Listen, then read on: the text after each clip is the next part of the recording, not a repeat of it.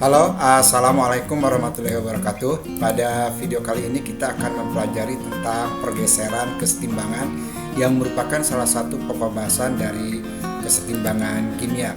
Nah, suatu reaksi kesetimbangan itu dapat kita geser ke arah yang kita kehendaki dengan cara melakukan aksi-aksi atau tindakan-tindakan tertentu. Nah, sekarang tindakan-tindakan itu untuk mengetahui efek atau pengaruh dari aksi yang kita lakukan, ini ada kita perlu menggunakan suatu asas yang dirumuskan oleh Henry Louis Lecatellier yang dikenal sebagai asas Lecatellier. Henry Louis Lecatellier menyatakan bahwa jika terhadap suatu sistem kesetimbangan dilakukan suatu tindakan atau yang dikenal dengan aksi, sistem kesetimbangan tersebut akan mengalami perubahan atau mengalami pergeseran yang cenderung untuk mengurangi pengaruh aksi tersebut. Jadi kalau diberikan suatu aksi, maka sistem kesetimbangan akan mengadakan suatu reaksi, yaitu mengalami pergeseran. Artinya, suatu sistem kesetimbangan akan berusaha mempertahankan keadaannya untuk tetap setimbang. Nah, sekarang faktor-faktor apa saja yang bisa mempengaruhi kesetimbangan? Yang pertama, perubahan konsentrasi. Nah, ini perubahan konsentrasi bisa mempengaruhi pergeseran kesetimbangan. Kemudian yang kedua, perubahan volume. Lalu yang ketiga, perubahan tekanan. Dan yang keempat adalah perubahan suhu. Nah, inilah faktor-faktor yang akan mengubah pergeseran kesetimbangan. Sekarang kita bahas satu persatu. Yang pertama adalah pengaruh perubahan konsentrasi. Nah, jika salah satu zat konsentrasinya diperbesar, maka reaksi akan bergeser dari arah zat yang konsentrasinya diperbesar. Misalnya sekarang kita lihat contoh. Reaksi A ditambah B menjadi C. Nah, ini adalah suatu reaksi kesetimbangan. Ini panahnya bolak-balik. Nah, sekarang jika zat A kita tambahkan, berarti kita memperbesar konsentrasi zat A. Maka terjadi pergeseran ke arah kanan, ke arah C. Jadi C lebih banyak terbentuk.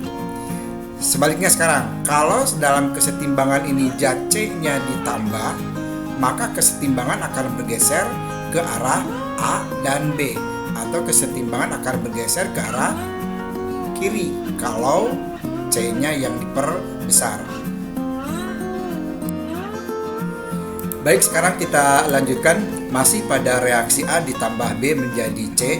Bagaimana sekarang kalau salah satu dari pereaksi atau hasil reaksi ini dikurangi konsentrasinya? Nah, sekarang kita lihat. Jika zat B sebagian kita ambil, nah konsentrasi B-nya kita kurangi dari campuran, berarti kita memperkecil konsentrasi zat B. Maka reaksi akan bergeser ke kiri, ke arah zat yang dikurangi. Nah, sehingga zat C akan berkurang. Sebaliknya sekarang, kalau konsentrasi C-nya dikurangi, maka kesetimbangan akan bergeser ke arah C. Dengan demikian, A dan B juga konsentrasinya akan berkurang. Nah, sekarang mengapa terjadi pergeseran kesetimbangan ketika konsentrasinya dirubah? Nah, ini terjadi pergeseran kesetimbangan pada pengubahan konsentrasi zat itu untuk mempertahankan agar harga K-nya tetap, agar tetapan kesetimbangannya tetap. Maka ketika ada aksi, maka reaksi tersebut akan mengadakan reaksi. Baik, sekarang kita lihat contoh berikutnya. Nah, ini reaksi kesetimbangan antara Fe3+ ditambah dengan SCN- menjadi FeSCN2+.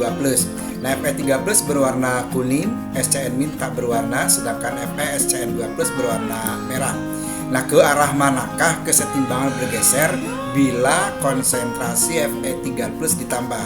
Kemana coba? Kalau Fe3+ ditambah, kesetimbangan bergeser kemana? Ya, benar. Kesetimbangan akan bergeser ke arah kanan, sehingga konsentrasi ion FeSCN2+-nya semakin besar. Jadi karena Fe3+-nya ditambah, maka kesetimbangan bergeser ke arah yang tidak ditambah. Kalau kiri ditambah, berarti bergesernya ke arah kanan. Sekarang bagaimana kalau ditambahkan ion OH- pada reaksi kesetimbangan ini? Nah, kalau ditambahkan ion OH-, maka ion OH- ini akan mengikat ion Fe3+. Kalau Fe3 plusnya diikat, ini artinya bahwa ion Fe3 plusnya dikurangi. Kalau Fe3 plus dikurangi, maka kesetimbangan akan bergeser ke arah kiri. Nah, sehingga kalau salah satu konsentrasi zat dikurangi, maka kesetimbangan akan bergeser ke arah yang dikurangi. Sekarang kita lihat pengaruh yang kedua, yaitu pengaruh perubahan volume. Nah, menurut Ajazli Cutler, bila volume sistem kesetimbangan diperbesar, maka kesetimbangan akan bergeser ke arah ruas yang mempunyai jumlah partikel atau koefisien yang lebih besar.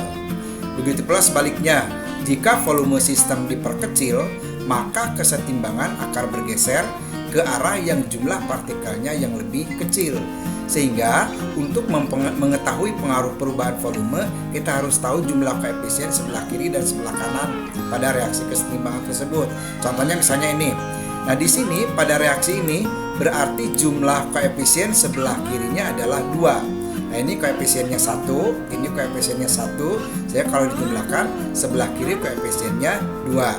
Sementara sebelah kanan jumlah koefisiennya 1.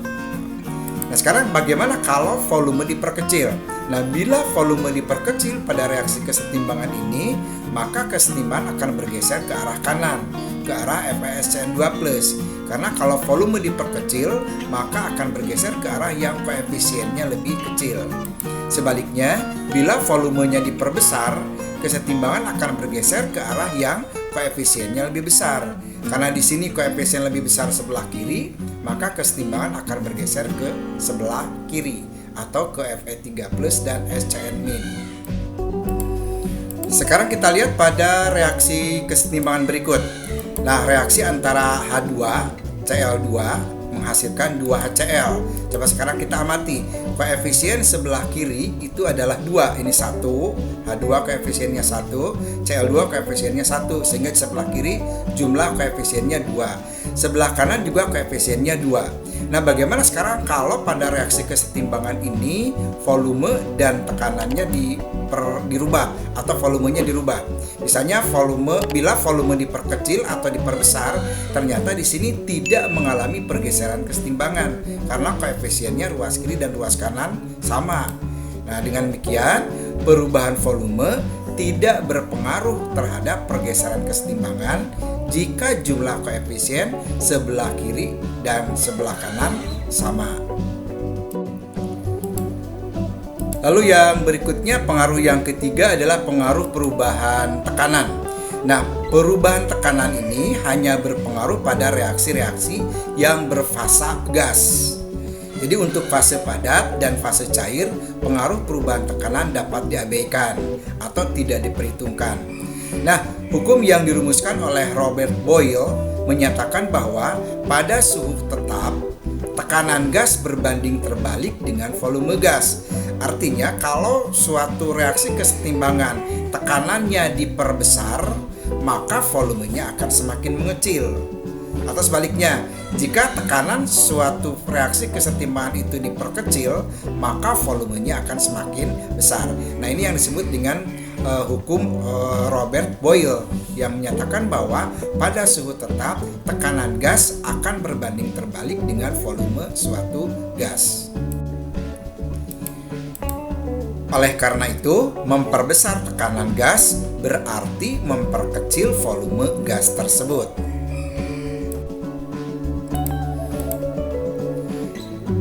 Nah, ini untuk diingat, jika tekanan diperkecil atau volumenya diperbesar, maka kesetimbangan akan bergeser ke jumlah yang koefisiennya lebih besar.